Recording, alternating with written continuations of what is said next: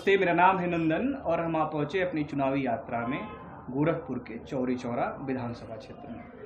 चौरी चौरा विधानसभा क्षेत्र खास इसलिए हो जाती है क्योंकि सभी प्रमुख राजनीतिक पार्टियों ने जिन चेहरों को उतारा है इस चुनाव में, उसके अतिरिक्त एक ऐसा भी चेहरा है इस चुनाव में जो निर्दलीय होते हुए भी खासी अहमियत रखता है क्षेत्र में और क्षेत्र की जनता के बीच।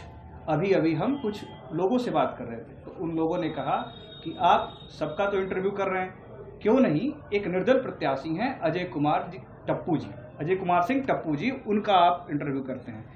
इसी सापेक्ष में हम आ गए हैं अजय कुमार जी से बातचीत करने के लिए। सबसे पहले तो सर धन्यवाद आपको कि आपने इतना समय निकाला। बहुत बहुत धन्यवाद आपको। हम सर आपके विषय में कुछ रिसर्च कर रहे थे तो हमने पाया कि आप जो है पहले भाजपा समर्थित थे, फिर क्या ऐसी नाराजगी भाजपा से हो गई कि आपको उसने टिकट नहीं दिया तो आप पार्टी छोड़ करके निर्दलीय ताल ठोक दिए? नहीं, ऐसा कोई नाराजगी नहीं है। ना हम भाजपा से नाराज हैं, ना मोदी से, न योगी से। और ये लड़ाई न मोदी के खिलाफ है, न योगी के खिलाफ, न भाजपा के खिलाफ है। ये लड़ाई है एक बलात्कारी के खिलाफ। ये क्रांतिकारियों की धरती है। शहीद बंधु सिंह इस धरती के लिए, यहाँ के लोगों के सम्मान के लिए 200 साल पहले अंग्रेज़ों से लोहा लिए, अंग्रेज़ों से लड़े। 1857 की प्रथम क्रांति उन्होंने शुरू की। मैं उनका वंशज हूँ। हमारे बड़े भाई स्वर्गीय विनय कुमार सिंह बिन्नू ने अपने जीवन का 40 वर्ष, जब से वो होश संभाले, शुरू से लेके अंत तक इस धरती की सेवा करते रहे। तो ये हमारे लिए केवल एक चुनाव नहीं है, एक विधायक की बात नहीं है। पार्टी के लिए हो सकता है एक टिकट और एक विधायक की बात हो, लेकिन हमारे लिए तो सम्मान की बात है। हम लोगों ने, यहाँ की जनता ने, यहाँ के लोगों ने अपने आप को अपमानित और ठगा हुआ महसूस किया कि कैसे भारतीय जनता पार्टी जैसी विशाल पार्टी से इतनी बड़ी चूक हुई कि एक बलात्कारी, जिसके ऊपर बलात्कार का आरोप है, उसके पिता जो इसके फाउंडर हैं निषाद पार्टी के, उनका एक वीडियो अभी आप देखिए चल रहा है। वो मोदी जैसे शख्सियत को, जिस पे देश ही नहीं पूरा विश्व गर्व करता है, उसको वो कह रहा है कि ये देश का सबसे बड़ा आतंकवादी मोदी है। ये ऐसे व्यक्ति से समझौता करने की आवश्यकता क्या पड़ी? अभी आपने उसी गलती को दोहराया है जो आपने ओम प्रकाश राजभर के साथ किया था, स्वामी प्रसाद मौर्य के साथ किया था। ओम प्रकाश राजभर जब तक भाजपा में थे तब तक कहते थे कि समाजवादी पार्टी के साथ जाना मतलब अपनी माँ बहनों के साथ, आप बाकी समझ सकते हैं क्या करना है।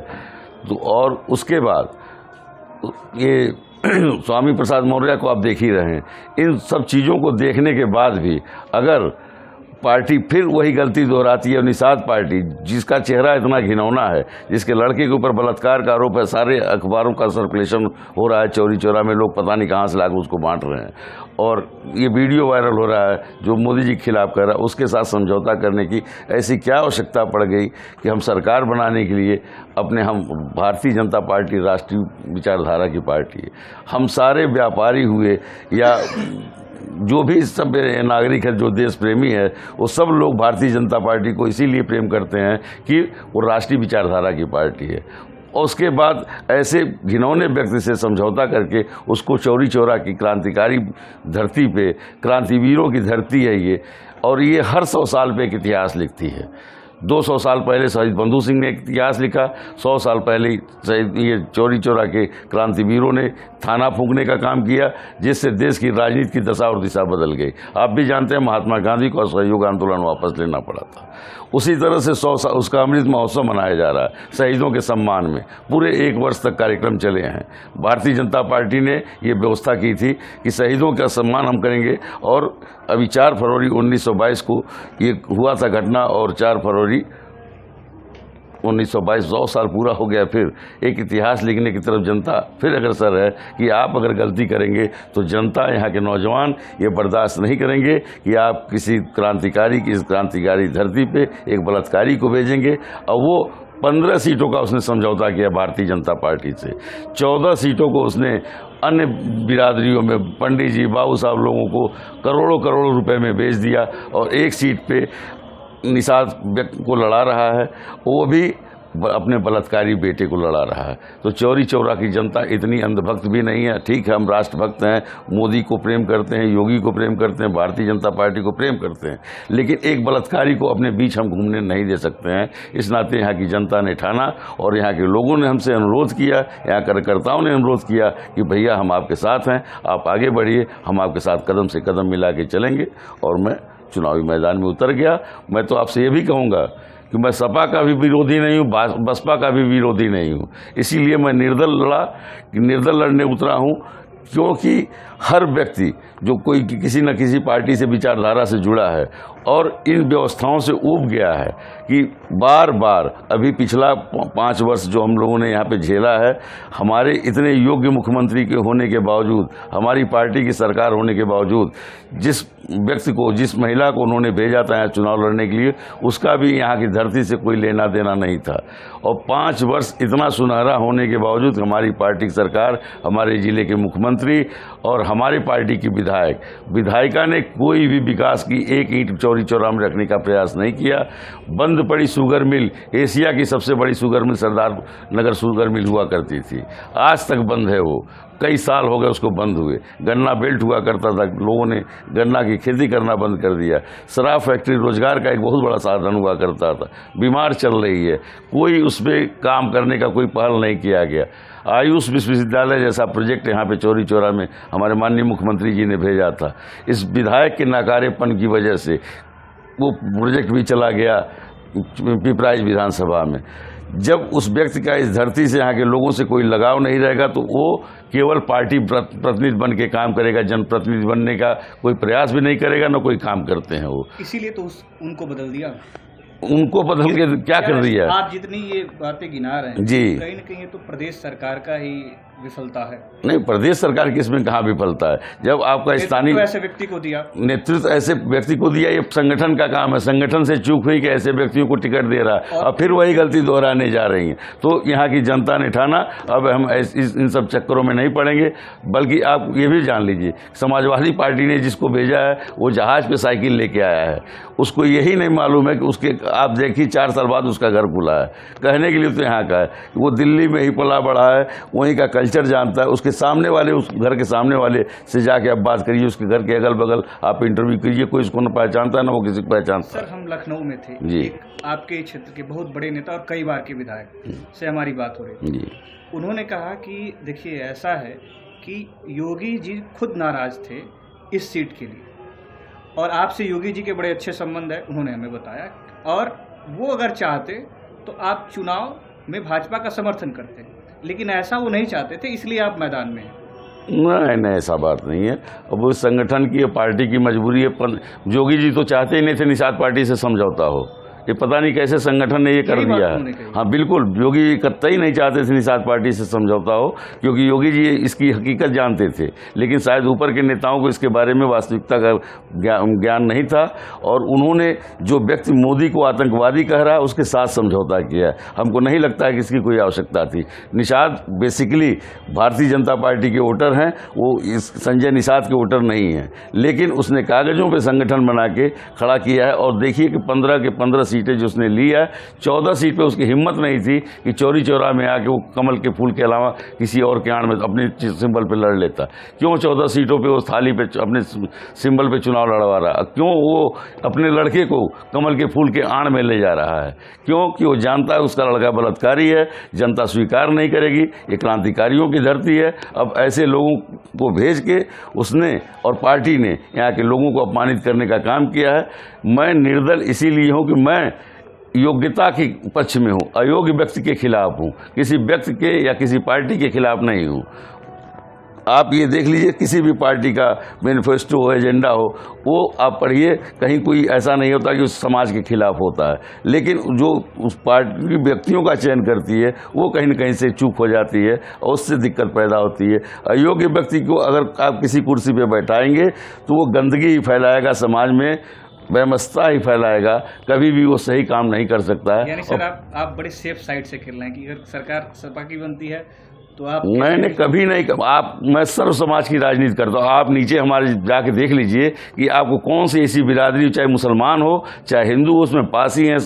आप हरिजन बिरादरी ले लीजिए, भारतीय समाज, आप जिसको चाहिए निषाद देख लीजिए, आप पूरे समाज में घूम के पूछ लीजिए ना। मैं समझ रहा हूँ, मैं सर्व समाज की हमेशा से राजनीति किया हूँ और मैं इस राजनीति का पक्षधर नहीं हूँ। पार्टियाँ कहती हैं सर्व समाज की बात, सबका साथ सबका विकास, और जब चुनाव आता है तो जाति विशेष देख के हर पार्टी टिकट देती है। स्थानीय व्यक्ति को आप तवज्जो नहीं देंगे तो निश्चित तौर पे ये जन आक्रोश उभरेगा और उसकी शुरुआत है ये चौरी चौरा।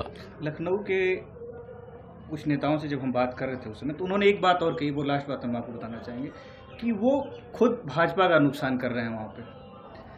और चूँकि भाजपा ने अपने संगठन के जो साथी प्रत्याशी हैं, सरवन निषाद, संजय निषाद के पुत्र हैं, और ये चूँकि निषाद बेल्ट भी रहा है, सर्वाधिक वोटरों की संख्या निषाद यादव, इस तरह से जो है वोटों की संख्या थी, इसको देखते हुए, इन जातीय समीकरण को देखते हुए उन्होंने यहाँ से अपने बेटे को सुरक्षित सीट से लड़वाया। और कहीं न कहीं आप उनके लिए एक बड़े नासूर के तौर पे देखे जा रहे हैं। इस पे क्या कहेंगे आप? मैं समझ नहीं पा रहा हूँ क्या कर रहा हूँ। मैं नासूर हूँ कि उस समाज के लिए नासूर है, एक बलात्कार उनके लिए तो मैं उनका तो जड़ खोद दूंगा, मैं उनको उखाड़ फेंकूंगा कि दोबारा ऐसी वो गलती ना करें। और जैसे ओम प्रकाश राजभर की राजनीति और पार्टी खत्म हो गई, उसी तरह से इनकी पार्टी और राजनीति, बस ये 2022 का ये लोक विधानसभा चुनाव देख लीजिए, वो 15 की 15 सीट हारेंगे और दोबारा कोई भी पार्टी उनको तवज्जो नहीं देगी। जो जात की आधार पर राजनीति करते हैं, जाति पार्टी बना के राजनीति करते हैं, ऐसे लोगों को सबक मिलनी चाहिए, क्योंकि वो समाज में वैमनस्यता फैलाने का काम करते हैं। ऐसे लोगों को जनता सबक सिखाएगी।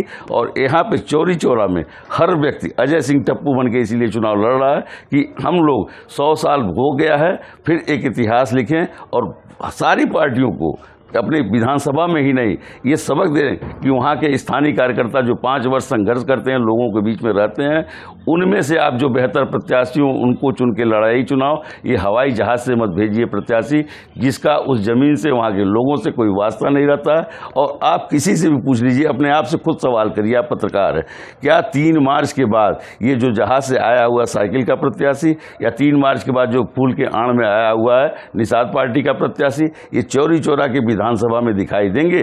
और वो जनता की सेवा के लिए आए हैं, अपनी सेवा के लिए? ये सवाल आप अपने आप से पूछिए, जनता से पूछिए, आपको जवाब मिल जाएगा। पार्टी को पूछना चाहिए ना, पार्टी अपने आप में बताएगी। निश्चित तौर पे आप जागरूक हैं, पत्रकार हैं, समाज में चौथे स्तंभ हैं आप लोग। ये आपकी भी जिम्मेदारी बनती है कि अगर समाज में कहीं गलत हो रहा है, चाहे वो पार्टी द्वारा या चाहे किसी व्यक्ति विशेष द्वारा, तो आपको उसको उजागर करना चाहिए, लोगों को बताना चाहिए कि सही है, ये गलत है। निषाद वोटरों को कैसे आप देख रहे हैं? आप निषादों में जाके सर्वे कर लीजिए ना। मैं तो ये कह रहा हूँ, अपनी साथ भाई नीचे जाइए, आपको कितने निशान मिल जाएंगे। अगल बगल चले जाइए, हमको लेके मत जाइए, आप अकेले चले जाइए, आपको जवाब मिल जाएगा। आप पत्रकार बन के ना पीछे, हो सकता है वो मीडिया में सामने से घबराएं कि ये लोग धमकी दे देंगे, ये पकड़वा लेंगे शासन प्रशासन से। ये लोग गुमराह कर रहे हैं कि मोदी जी के खिलाफ तुम लड़ रहे हो, तुम योगी जी के खिलाफ लड़, फलाने कर रहे हो, दिमागे कर रहे हो। ये आप ऐसे ही अनजान बन के पूछिए, बात करिए। अच्छा, टिकट नहीं मिला तो आप संगठन के साथ काम करते? हम संगठन में कभी काम ही नहीं किए। हमको तो पिछली बार कोषाध्यक्ष बनाया गया था। मैं तो खुद व्यापारी था, मैं राजनीति में नहीं था। 1993 में हमारे बड़े भाई साहब मानीराम से चुनाव लड़े, 2012 में यहाँ से चुनाव लड़े, 2017 के चुनाव के पहले उनका निधन हो गया। मैं राजनीति करता ही नहीं था, मैं तो व्यापारी आदमी हूँ, व्यापार करता था। लेकिन चौरी चौरा में जो उन्होंने संगीता यादव को भेज के यहाँ पे उपेक्षा की क्षेत्र के, यहाँ के लोगों की, उससे इतना जन आक्रोश बढ़ा कि उसको रोकने के लिए मैं आ गया यहाँ पे मैदान में। और अगर मैं न रहता तो भारतीय जनता पार्टी यहाँ ख़त्म हो गई थी। आप यहाँ कार्यकर्ताओं से बात कीजिए, आप द रिकॉर्ड आपको बताएंगे कि पिछले 5 वर्षों में उन्होंने क्या किया है। संगीता यादव जी ने, वो भारतीय जनता पार्टी के विधायक रहते हुए इतनी गंदी राजनीति की है यहाँ पे कि समाज में वैमनस्यता फैलाने के अलावा कुछ नहीं रह गया। और फिर वही गलती पार्टी दोहरा रही थी यहाँ पे 2022 में भी कि हम 2022 से 27 भी जेलें, तो पार्टियां गलती करती रहेंगी और जनता उसको स्वीकार करती रहेगी, कार्यकर्ता स्वीकार करते रहेंगे। आपने संगठन तक अपना मैसेज ठीक से नहीं पहुंचा पाए क्या? ये संगठन के लोग जाने कि उनको मैसेज मिला कि नहीं मिला। संगठन बना किस लिए है? इसीलिए ना कि आप जाके कार्यकर्ताओं के बीच में रहें और जाने की क्या सही है क्या गलत है। या आप चले जाइए संगठन में मिलने, आपकी बात को कौन सुनेगा? जब आप हकीकत ज़मीन पर रह के देखेंगे तब न पता चलेगा।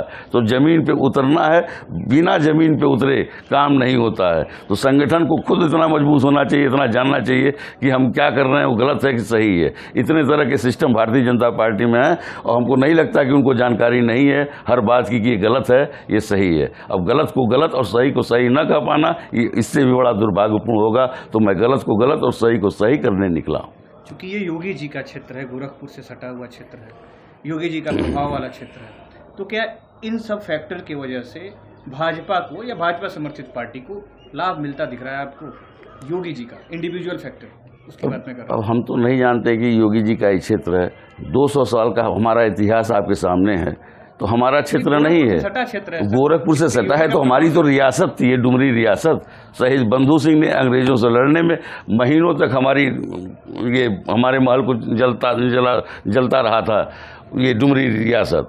हमारे ही रियासत को वहाँ के जिस गद्दार ने मुखबिरी करके पकड़वाया था रियासत में, उसको सब मुखबिरी के इनाम में दिया गया था। हमारी ये ज़मीन, हमारी धरती, हमारी जन्मभूमि, हमारी मातृभूमि है, हमारी कर्मभूमि है, हमारे पूर्वजों के खून से सनी हुई मट्टी है ये। इनको फांसी, शहीद बंधु सिंह सामने आपको दिखाई दे रहे हैं, इनकी फ़ोटो लगी हुई है। इनको फांसी हुई थी, इनके 5 भाई का कत्लेआम हुआ था अंग्रेज़ों से लड़ते हुए। हम लोगों ने इस धरती के लिए कुर्बानी दी है। तो ये हमारा ज़मीन ना हो कि आप कह रहे हैं जोगी जी का, निश्चित तौर पे जोगी जी का प्रभाव है, क्यों नहीं रहेगा? अगल के बगल की सीट है, क्या अगल बगल किया जोगी जी क्या इतने छोटे नेता हैं आज की डेट में कि अगल बगल ही, वो प्रदेश में उनका प्रभाव है, देश में उनका प्रभाव है। तो हर जगह जोगी जी अब राष्ट्रीय लेवल के नेता हैं और हमारे लिए पूजनीय है, वंदनीय है, इसमें कहीं से कोई दो राय नहीं है। तो क्या उनका प्रभाव इस सीट पर रहेगा? और भाजपा समर्थित जो दल है, तो हमको तो नहीं लगता है कि जोगी जी किसी बलात्कारी के पक्ष में आएंगे प्रचार करने। आपको याद होगा 2012 के चुनाव में कुशवाहा जी का ज्वाइनिंग हो रहा था भारतीय जनता पार्टी में। माननीय मुख्यमंत्री जी उस समय सांसद थे, उन्होंने कुशवाहा को पार्टी से निकलवाया, ज्वाइनिंग का विरोध किया कि मैं किसी भ्रष्टाचारी को भारतीय जनता पार्टी के नेशनल जो हेल्थ मिशन वाले थे, कुशवाहा जी मायावती की पार्टी को ज्वाइन कराया जा रहा था। सूर्य प्रताप शाही जी थे और अन्य लोग थे। उस समय 2012 के चुनाव के जस्ट पहले की बात है। उस समय जोगी जी ने भ्रष्टाचारी का विरोध किया था। तो हमको तो नहीं लगता किसी बलात्कारी के प्रचार में चाहे उसके लिए वो अपना प्रभाव डालने आएंगे, क्योंकि इससे समाज में वो संत हैं, हम लोग उनकी पूजा करते हैं, उनकी आराधना करते हैं। तो किसी बलात्कारी के पक्ष में हम तो, बल्कि जोगी जी नहीं, किसी भी भारतीय जनता पार्टी के बड़े नेताओं से या पदाधिकारियों से अनुरोध करूंगा कि किसी बलात्कारी का, हत्यारोपी का, हत्यारोपी का संरक्षक भी है ये। अंकुर शुक्ला हत्याकांड के जो आरोपी थे उनको इसके संरक्षण में ये सब काम किया गया। आप देखिए यहाँ के ब्राह्मण समाज ने, पूरे गोरखपुर जिले के ब्राह्मण समाज ने इसका बहिष्कार किया था, तिरस्कार किया था, इसके खिलाफ धरना प्रदर्शन आंदोलन भी किया था।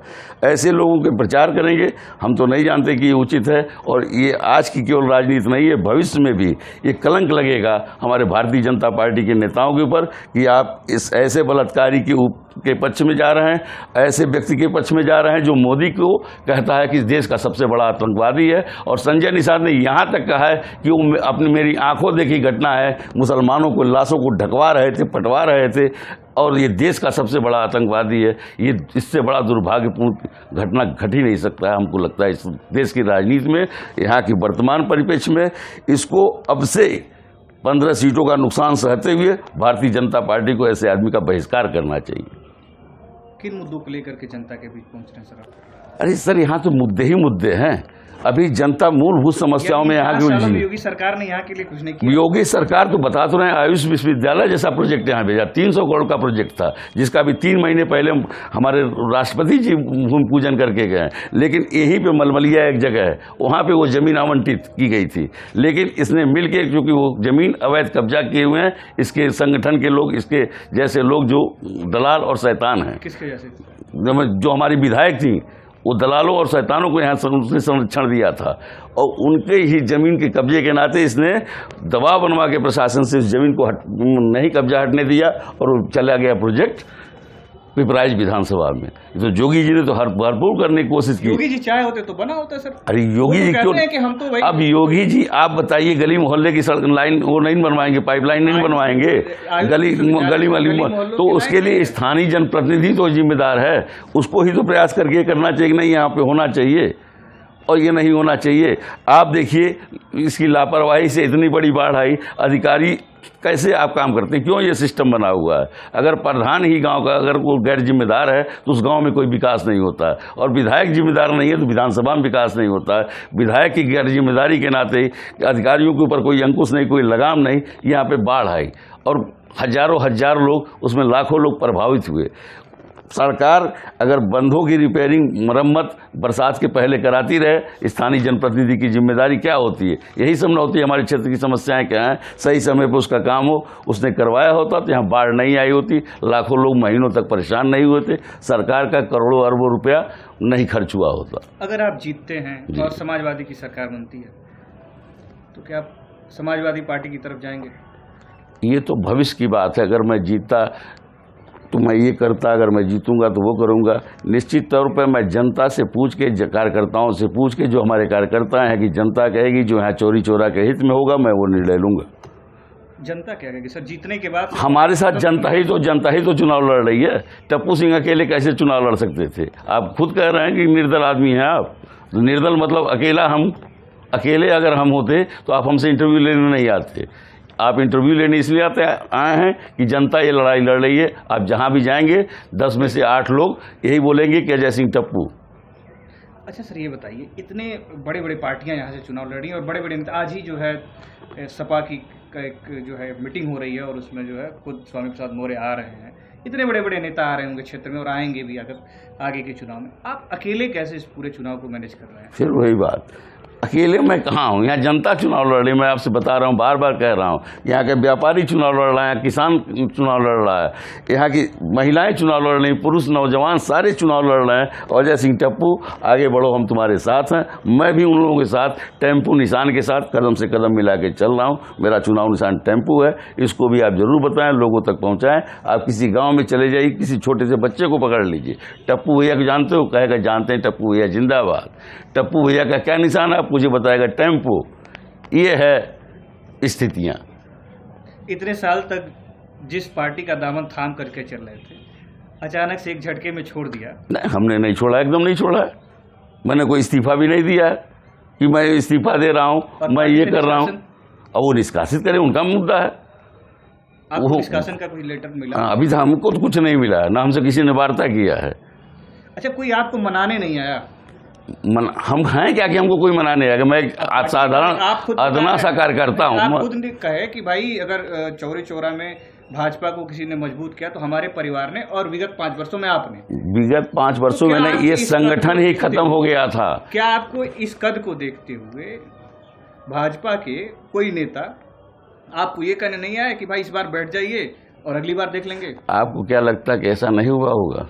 हम आपसे जानना, मैं ये बता रहा हूँ आपको। क्या आपको लगता है हमारा जब तक 16 तारीख तक सिंबल नहीं मिला था, ये सन्निसाद पार्टी का ये कहना था कि इनको बैठा दिया जाएगा, पर्चा नहीं भरने दिया जाएगा, तो जिसको ये पहले टिकट दे रहे थे उनके लड़के विशाल जायसवाल से इसने कहा, उसने पूछा भाई कैसे बैठा दो? ईश्वर चंद जायसवाल का लड़का विशाल जायसवाल है।